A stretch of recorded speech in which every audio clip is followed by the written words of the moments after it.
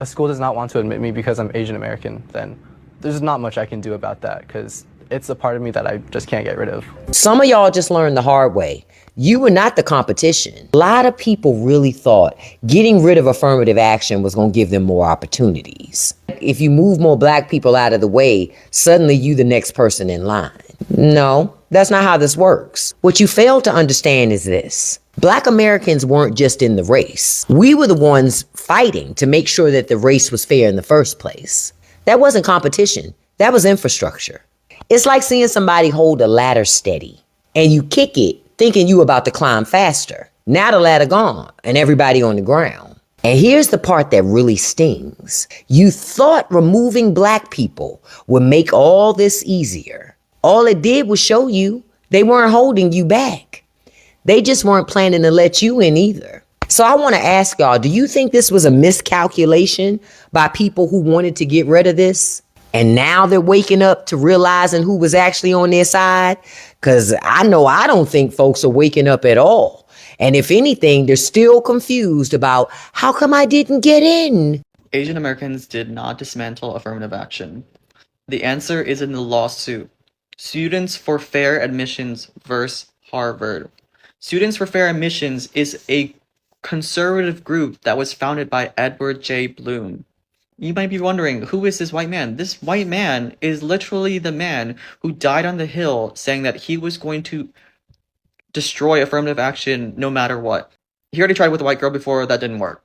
He was just throwing whatever lawsuit that he could and seeing which one stuck. Were there some Asian Americans who agreed and became poster children? Yes. Were they used? No. Were they scapegoated? No. They knew what they were doing. That's not a valid argument either.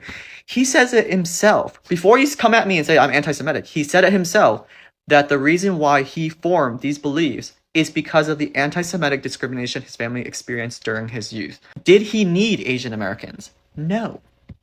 That's the part where a lot of people get wrong too. They said, oh, Asian Americans were used. He didn't need Asian Americans. If you look at the court case, the reason why the court case was lost was because Harvard had a personal rating score. So they were rating applicants, and they realized that Asian Americans, there was an anti-Asian bias in the way that their system was set up. The lawsuit was won based on data, because his case was saying that various groups, specifically Asian Americans, were being discriminated. He didn't need Asian Americans. He didn't even need an Asian American to go to court. He could have just presented the data to show that there was proof. Keep in mind, I'm pro-affirmative action, along with a majority of Asian people. It didn't matter if we agreed or not, and there were various groups, Asian groups, who were protesting and trying to keep affirmative action. Our voices were silenced, and who were they silenced by? Probably all of these old fuckers who had already stated that affirmative action in this country was eventually going to be overturned. They just didn't know when. So they realized that this opportunity, why the fuck not? Because there was a majority conservative Supreme Court justices. Obviously, the three liberal was like, you don't understand how this country works. You're going to strip all of these issues and flatten them into this morally ambiguous statement because you do not understand how this country has built itself on anti-blackness. So therefore, it is going to be unfair. And a lot of Asian people understood that. It's just the conservative voices were highlighted.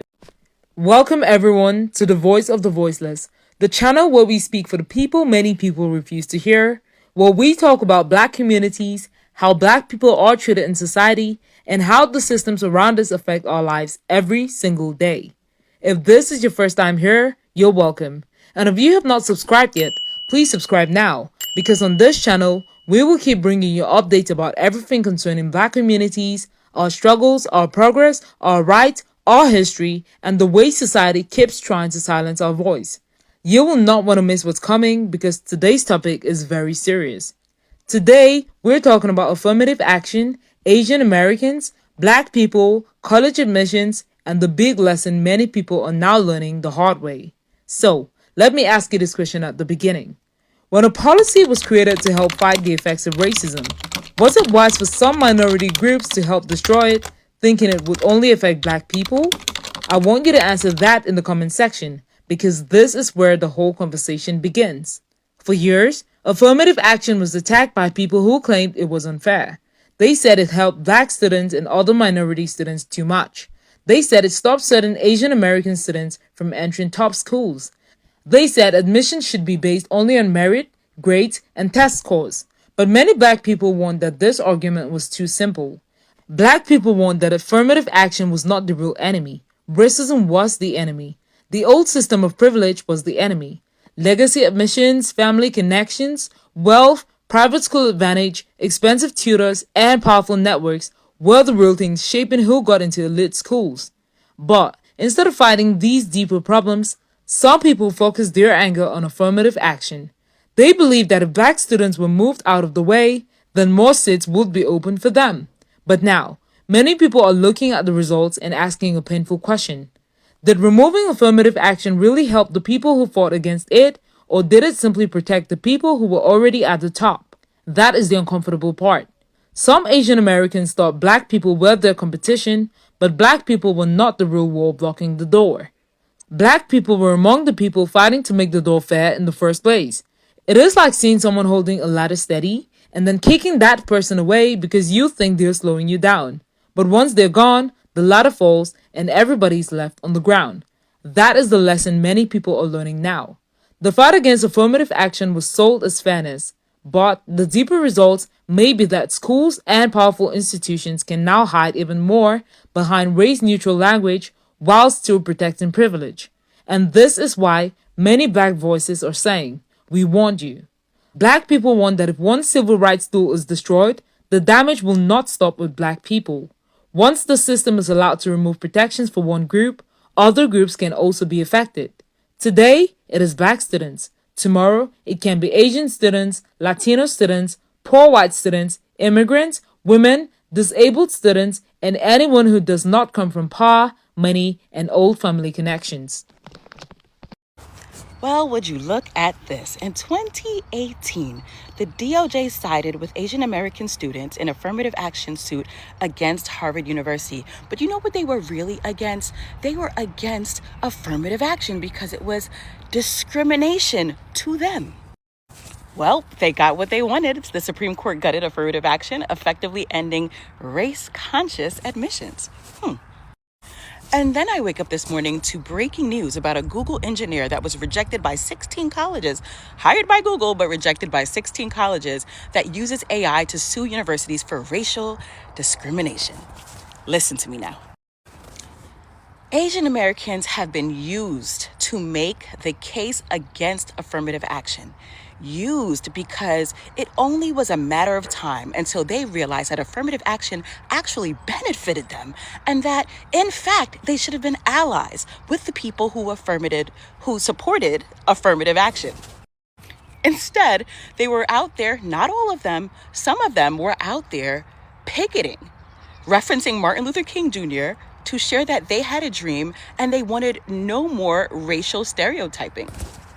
They wanted us to understand that discrimination in the name of diversity is wrong, and a meritocracy is what's best.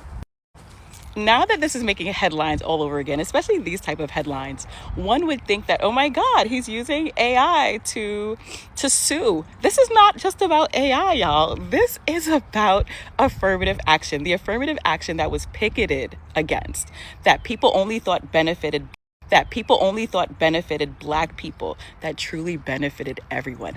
Now the chickens have come home to roost. Here's my point. I have deep love for my Asian American brothers and sisters. I have found great allyship and joy working with them. And I didn't see or feel any of this type of rhetoric in my experiences working with my Asian American brothers and sisters. For my Asian American brothers and sisters who understood that affirmative action was something that benefited everyone, not just Black people, I want to give a special shout out to y'all. And for those of you who are just getting to the bandwagon of the fact that affirmative action actually benefited everyone, I'm going to need to see y'all outside with the same exact energy. Because to be quite frank, discrimination against one is discrimination against all. A week or so ago, I made a video about how the attendance rate for incoming Asian American freshmen had declined at Yale since affirmative action was overturned. And now we're getting more schools, okay? In that video, I said how Asian Americans were suing colleges and suing to get affirmative action overturned. They were all on Twitter saying that they didn't get into schools because the spot was given to a black person because of affirmative action, not even realizing that they benefit from affirmative action. And look here, now they want to sue because they don't understand why they're not getting into Yale, Princeton, Duke, and all of that. And this is the same group of people who sued Harvard to end affirmative action. They're so in denial. They are so freaking in denial. I don't know what is so hard to grasp that you all were benefiting from affirmative action. These schools were allocating a certain number of spots to ensure that they were, having a diverse campus and making sure Asian Americans could get in, even if their test scores weren't as good as the black person who also applied, who might have even submitted their application before you. You're not getting in because you're not the smartest. Simple. But go ahead and sue. I want them to sue. I want them to waste their money, end up having to pay the lawyer fees of Yale, Princeton, Duke, and Harvard, just to find out that the reason why they didn't get in is because they weren't the smartest, that there was other people more qualified than them. Because clearly it's not clicking. Clearly it's not clicking. You thought it was affirmative action when it was actually you. And just in case you didn't see my last video, the stats for Yale showed that even with affirmative action ending, the attendance rate for incoming black freshmen did not decline at all. So we didn't need affirmative action. So good luck to them in that lawsuit. Now let us talk about the deeper issue. Affirmative action was never about giving unqualified people free seats.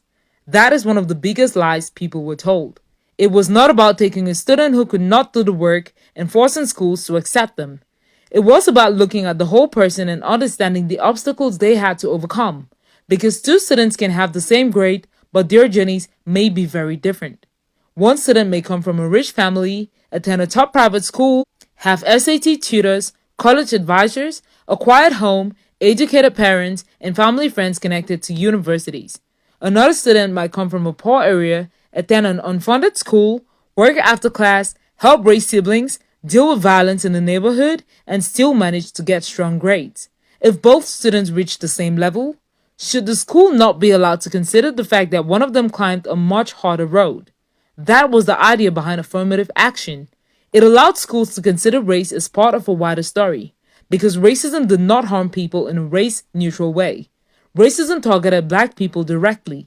Housing discrimination was not race-neutral. School segregation was not race-neutral. Job discrimination was not race-neutral. Redlining was not race-neutral. The wealth gap was not created in a race-neutral way.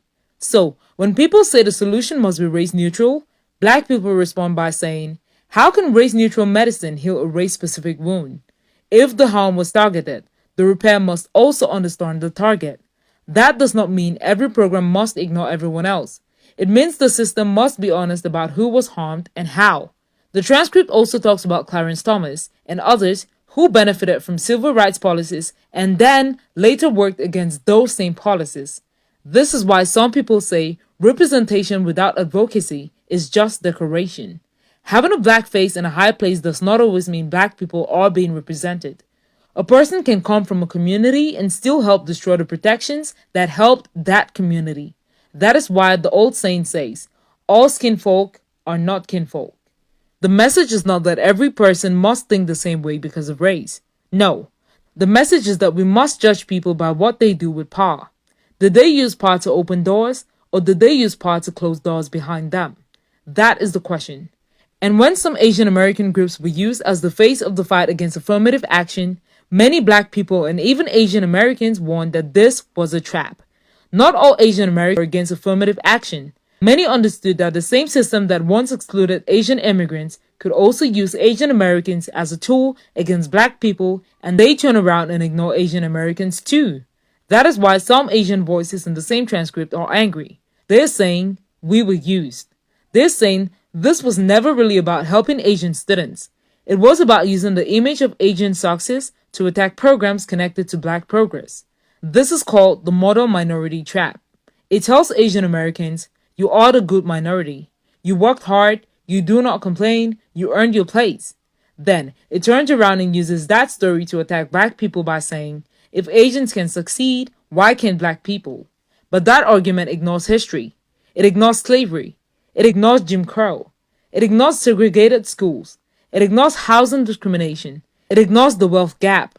It ignores the fact that many immigrant groups were selected because they already had skill, education, or resources. So, the model minority story is not just praise. It can become a weapon. It can divide communities that should be fighting together. I get so annoyed with people from other countries acting like they don't understand why Black Americans or Americans in general are always talking about race. When just 50 years ago, your race determined what restaurants you could or couldn't eat at, what neighborhoods you could or couldn't live in. You know, would you say that to somebody who lived in like apartheid South Africa? No. So if you make race the determining factor of someone's livelihood in your society, of course there are going to be like cultural implications of that. Like the culture is going to be based on the society that that culture exists within. And if race is a big part of that, then that's going to be a part of the culture as well. I'm not gonna lie, I'm still pissed about those Asian Americans who helped that white man get rid of affirmative action. And it didn't even benefit us in the end. Unsurprisingly. So, I need Asian Americans to remember that none of this was ever built for us. The lawsuit that ended affirmative action was not started by Asian Americans. It was led by Edward Bloom, a white conservative activist who has spent years just trying to dismantle civil rights protections because that's the type of person he is. He created... And that is the biggest lesson of this whole story. When minority groups fight each other for small spaces at the table, the people who own the table keep winning. When black people, Asian Americans, Latinos, immigrants, poor people, and working class people are made to see each other as enemies, the real power structure stays untouched. Nobody asks why legacy and missions are still protected. Nobody asks why rich families can donate their way into influence. Nobody asks why children with private tutors, expensive college advisors, and family connections are called merit, while students from struggling backgrounds are called affirmative action. Nobody asks why the children of power are treated as naturally qualified, while children from the margins must prove themselves over and over again. That is why this conversation matters. It is not just about college. It is about how systems protect themselves. They make people at the bottom fight each other, while the people at the top keep the best seats. Some people thought ending affirmative action would make everything fair. But now they're seeing that fairness was never the true goal of the people leading that fight. The goal was to remove one of the few tools that helped challenge inequality. And once that tool was removed, the same old privilege remained. That is why some people are saying Asian Americans now regret it. But we must be careful. Not Asian Americans' fault. It was about using the image of Asian success to attack programs connected to black progress. This is called the model minority trap. It tells Asian Americans, you are the good minority. You worked hard, you do not complain, you earned your place. Then, it turns around and uses that story to attack black people by saying, if Asians can succeed, why can't black people? But that argument ignores history. It ignores slavery. It ignores Jim Crow. It ignores segregated schools. It ignores housing discrimination. It ignores the wealth gap. It ignores the fact that many immigrant groups were selected because they already had skill, education, or resources. So, the model minority story is not just praise. It can become a weapon. It can divide communities that should be fighting together. I get so annoyed with people from other countries acting like they don't understand why Black Americans or Americans in general are always talking about race. When just 50 years ago, your race determined what restaurants you could or couldn't eat at, what neighborhoods you could or couldn't live in. You know, would you say that to somebody who lived in like apartheid South Africa? No. So if you make race the determining factor of someone's livelihood in your society, of course there are going to be like cultural implications of that. Like the culture is going to be based on the society that that culture exists within. And if race is a big part of that, then that's going to be a part of the culture as well. I'm not gonna lie, I'm still pissed about those Asian Americans who helped that white man get rid of affirmative action. And it didn't even benefit us in the end. Unsurprisingly.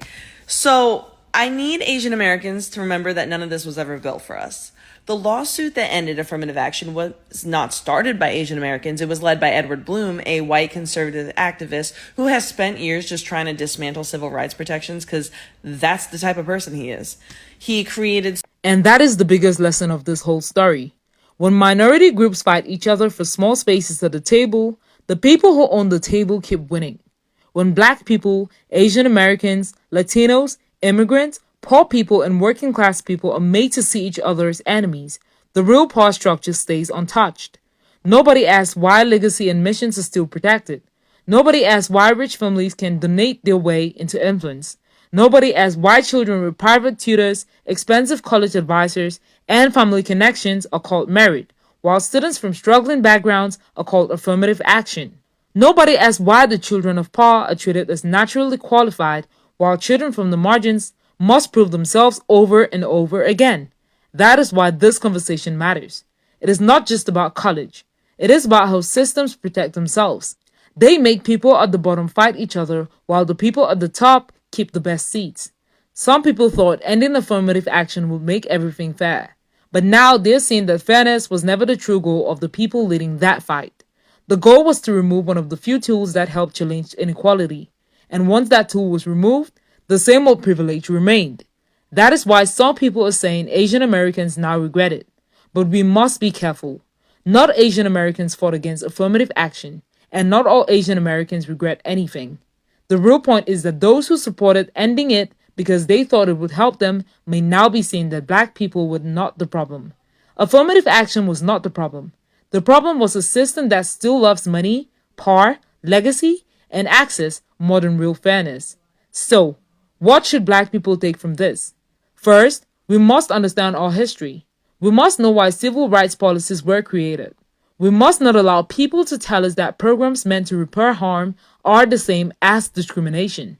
Second, we must stop believing that every attack on Black progress is only about Black people. When they destroy protections for Black people, they create a path to destroy protections for others too.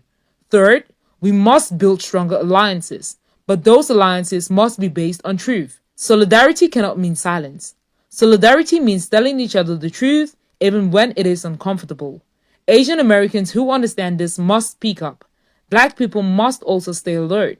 Poor white people must also understand that elite systems are not designed for them either. Immigrants must understand that being used as a wedge will not protect them forever, because the system that praises one group today can attack that same group tomorrow. So here is the final question for you, and I want you to answer it honestly in the comment section. Was ending affirmative action truly about fairness, or was it a trap that used minority groups against each other while the powerful stayed protected? Thank you for watching The Voice of the Voiceless. If this video opened your eyes, please like it, share it, subscribe to the channel, and drop your thoughts below. We are not here to spread hate, we are here to speak truth, ask hard questions, and remind the world that the voiceless still have a voice.